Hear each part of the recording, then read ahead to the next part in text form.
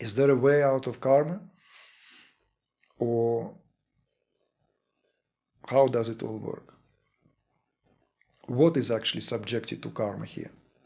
How are we subjected? Because all too often we come across, in my view, two-dimensional, if not superficial, understanding of karma.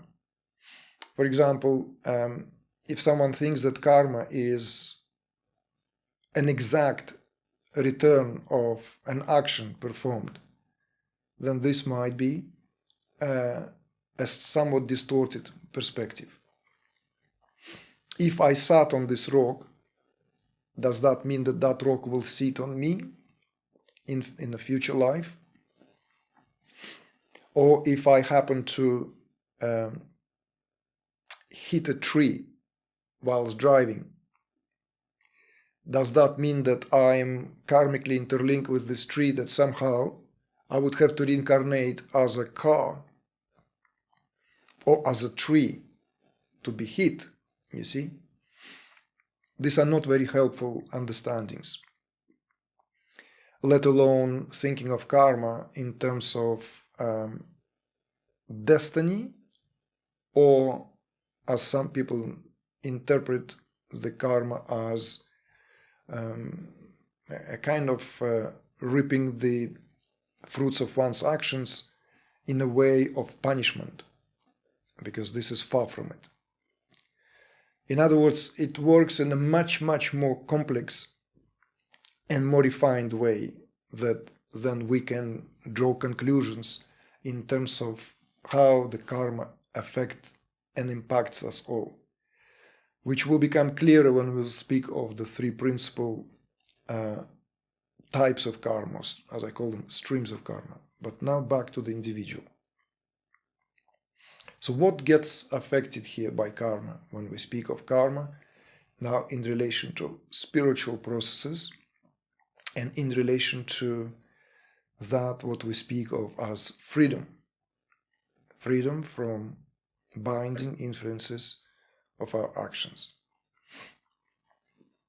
It's worthy to remind ourselves that the connection between karma and mind is such that because it was indeterminate, because it is indeterminable, as we have suggested, which one comes first, and yet both are utterly and entirely interlinked.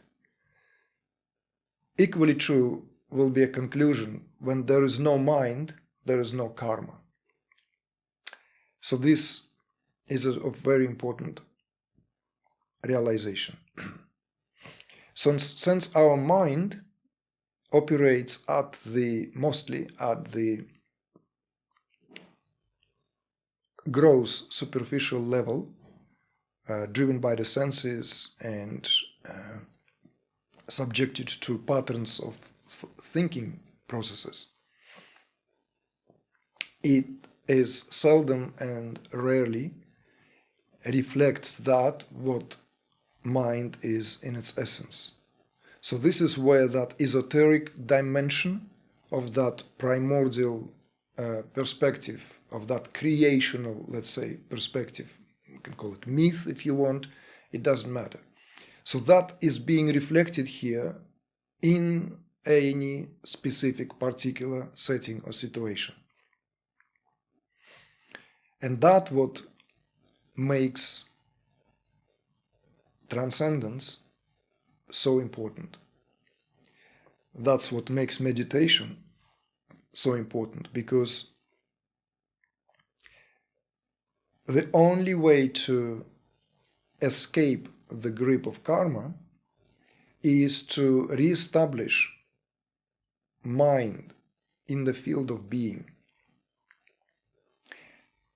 For up until the mind is taken outside of the field of being, and mind being a reflection of being, mind will be constantly immersed and engrossed in the field of more superficial experiences, which are always subjected to karma. So this is the link, this is the connection.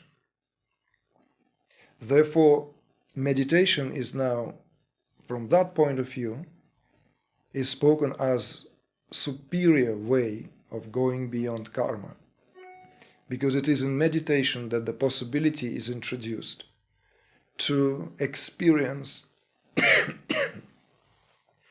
cessation of activity to such degree where mind begins to reflect, as it were, settled mind, nothing other than the field of being, which is the very nature of the mind.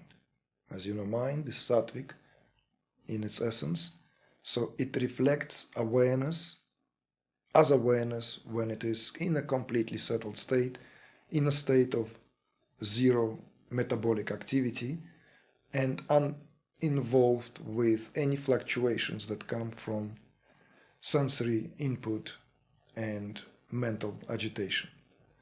So therefore, that yogic perspective, right, yoga chitta vritti nirodha here, is now being re-evaluated. That Patanjali Yoga Sutra, which defines the state of union, the state of yoga, it is also true in relation to how individual can escape or go beyond the influence of karma.